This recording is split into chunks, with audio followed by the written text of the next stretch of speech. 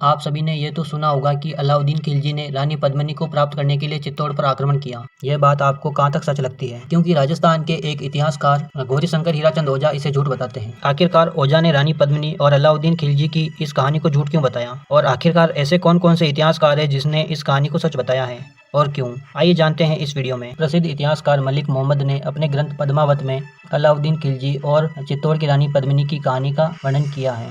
यह ग्रंथ 1540 ईस्वी में लिखा गया था। इस ग्रंथ में जायसी लिखते हैं कि 1302 ईस्वी में चित्तौड़ के राजा रावल रतन सिंह बनते हैं। एक ब्राह्मण ने रावल रतन सिंह को हीरामन प्रजाति का एक तोता बेचा। यह तोता बोलता था। इस तोते ने बताया कि सिंगल द्वीप की राजकुमारी पद्मिनी है, जो बहुत सुंदर और गुणवान है। उस तोते हीरामन ने रतन सिंह के सामने पद्मिनी की सारी बातें बता दी। यह सब जानकर रावल रतन सिंह एक योगी के वेश में सिंगल द्वीप गया। आज के श्रीलंका को ही उस समय का सिंगल द्वीप कहा जाता था। जब सिंगल द्वीप के राजा गंधर्व सेन को पता चला कि यहाँ चित्तौड़ के राणा रतन सिंह योगी के वेश में घूम रहे हैं और वो राजकुमारी पद्मिनी से शादी करना चाहते हैं, ये सब जानकारी प्राप्त करने के बाद राजा गंधर्व सेन ने पद्मिनी की शादी रतन सिंह से कर दी। शादी के बाद रतन सिंह और पद्मिनी चित्तौड़ के लिए रवाना हो गए। चित्तौड़ का एक पंडित राघव चेतन रानी पद्मिनी को बुरी नज़र से देखता था, और जब ये बात रतन सिंह को पता चली तो उसने पंडित राघव चेतन को चित्तौड़ से निकाल दिया। राघव चेतन अपना अपमान सहन नहीं कर सका और वो अलाउद्दीन के पास चला गया। उसने अलाउद्दीन खिलजी के सामने रानी पद्मिनी की सुंदरता का बखान किया और अलाउद्दीन खिलजी को चित्तौड़ पर हमला करने के लिए उकसाया। अलाउद्दीन खिलजी ने 1303 ईस्वी में चित्तौड़ के किले पर हमला कर दिया। खिलजी सेना ने चित्तौड़ दुर्ग को घेर लिया।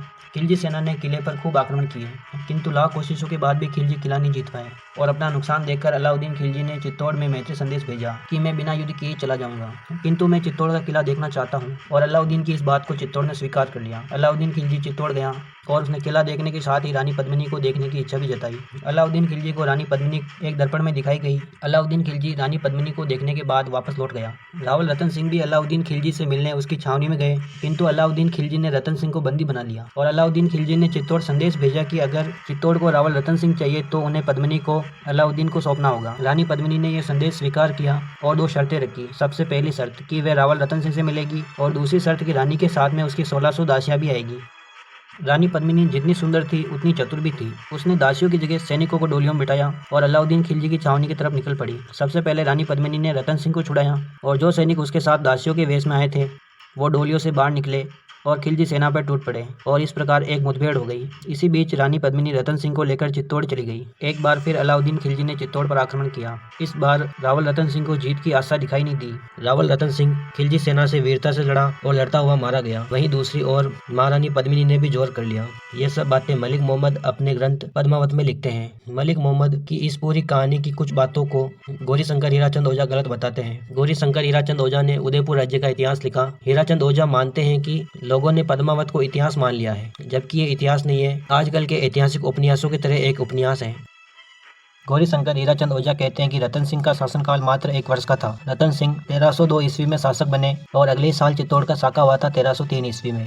इसी बीच रावल रतन सिंह का योगी के वेश में सिंगल द्वीप जाना और वहाँ की राजकुमारी पद्मिनी से शादी करना, ये सब 1 साल में कैसे संभव है? हीराचंद ओझा तो कहते हैं कि सिंगल द्वीप में गंधर्व सेन नाम का राजा ही नहीं हुआ था। 1303 ईस्वी में सिंगल द्वीप का राजा कीर्ति निशंक देव था। तो फिर क्या यह पद्मिनी की कहानी भी झूठी है? ऐसा नहीं, क्योंकि चित्तौड़ में रानी पद्मिनी के महल है और उसके अलावा गोरा बादल के महल भी हैं। यहाँ ओझा मलिक मोहम्मद की कुछ बातें हैं जिनका खंडन करते हैं, जो बातें काल्पनिक हैं। तो फिर आखिरकार अलाउद्दीन खिलजी ने चित्तौड़ पर आक्रमण क्यों किया? आइए जानते हैं। अलाउद्दीन खिलजी उत्तर भारत में अपना राज कायम करना चाहता था, इसीलिए चित्तौड़ जीतना जरूरी था। ये था पहला कारण। और अब जानते हैं दूसरे कारण के बारे में। चित्तौड़ से ही होकर मालवा, गुजरात और दक्षिण भारत में जा सकते थे उस समय, इसीलिए चित्तौड़ जीतना जरूरी था। 1303 ईस्वी में अलाउद्दीन खिलजी ने चित्तौड़ जीत लिया और चित्तौड़ का शासक अपने बेटे खिज्र खां को बनाया। अलाउद्दीन ने चित्तौड़ का नाम बदलकर खिजराबाद रख दिया। तो इस प्रकार हमने 2 अलग अलग इतिहासकारों का इस विषय पे मत जाना। ऐसे ही और इंटरेस्टिंग वीडियो देखने के लिए हमारे चैनल को सब्सक्राइब करें और लाइक करें।